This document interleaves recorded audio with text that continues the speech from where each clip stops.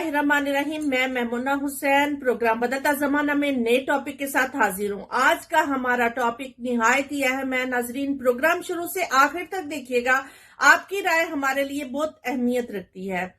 आज मैं बात करूंगी जो कि इंडिया की बीजेपी की रहनुमा, जो कि बहुत अहम ओहदे पे फाइज और मोदी की तर्जमान है, जिसने अभी चंद रोज पहले हमारे नबी पाक सल्लल्लाहु अलैहि वसल्लम की शान में गुस्ताखी की।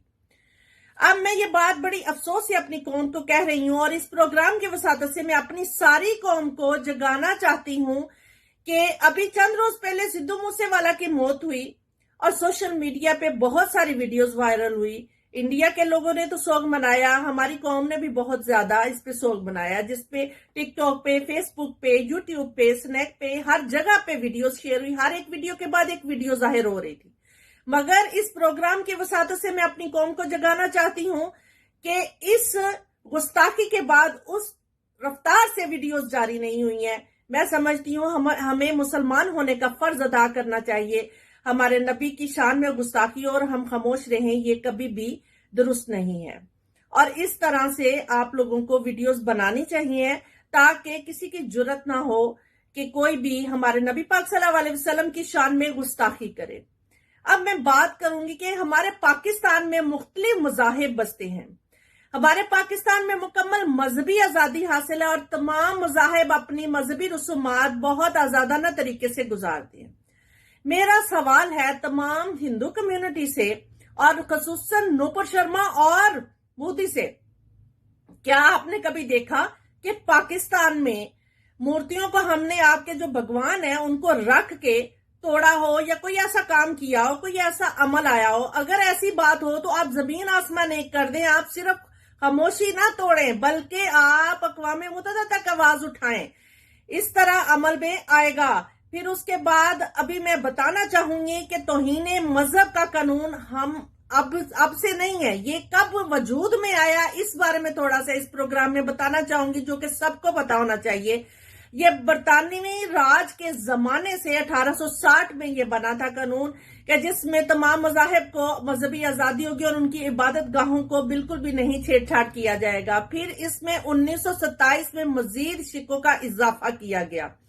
पाकिस्तान में 1980 और 1986 में जनरल जिया-उल हक के दौर में इसमें मजीद शिकें शामिल की गई। ये किसी इंसान की बनाई हुई शिकें शामिल नहीं की गई थी, बल्कि कुरान पाक के ऐन मुताबिक इसमें शिकों में इजाफा किया गया था।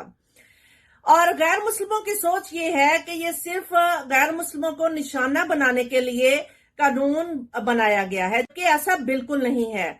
हमारे कुरान पाक में भी फरमाया गया है, सूरत अहज़ाब और आयत नंबर 57, जिसका तर्जमा कुछ यूं है कि बेशक जो अल्लाह और उसके रसूल नबी पाक सल्लल्लाहु अलैहि वसल्लम को अज़ाब पहुंचाते हैं वो उसके ऊपर दुनिया और आखिरत में लानत है।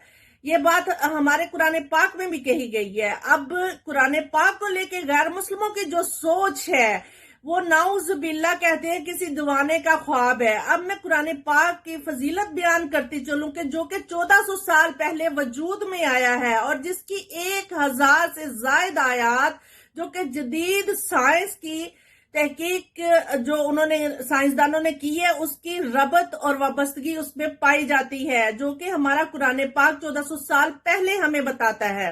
और बहुत से ऐसे साइंसदान जो कि जिन्होंने तहकीक की और तहकीकात के दौरान वो मुस्लिम भी हुए।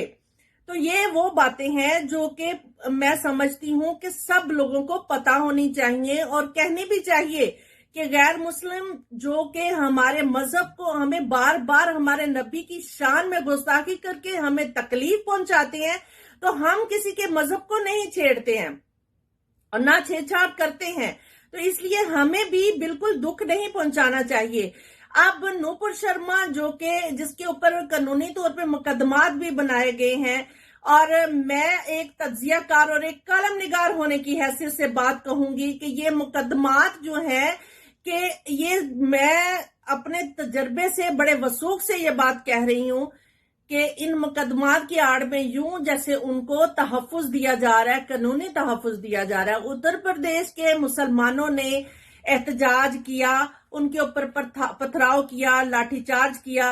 अब इंडिया के मुसलमान क्या पूरे दुनिया के मुसलमान कैसे मोदी के लिए सोच सकते हैं कि वो इंसाफ करेगा।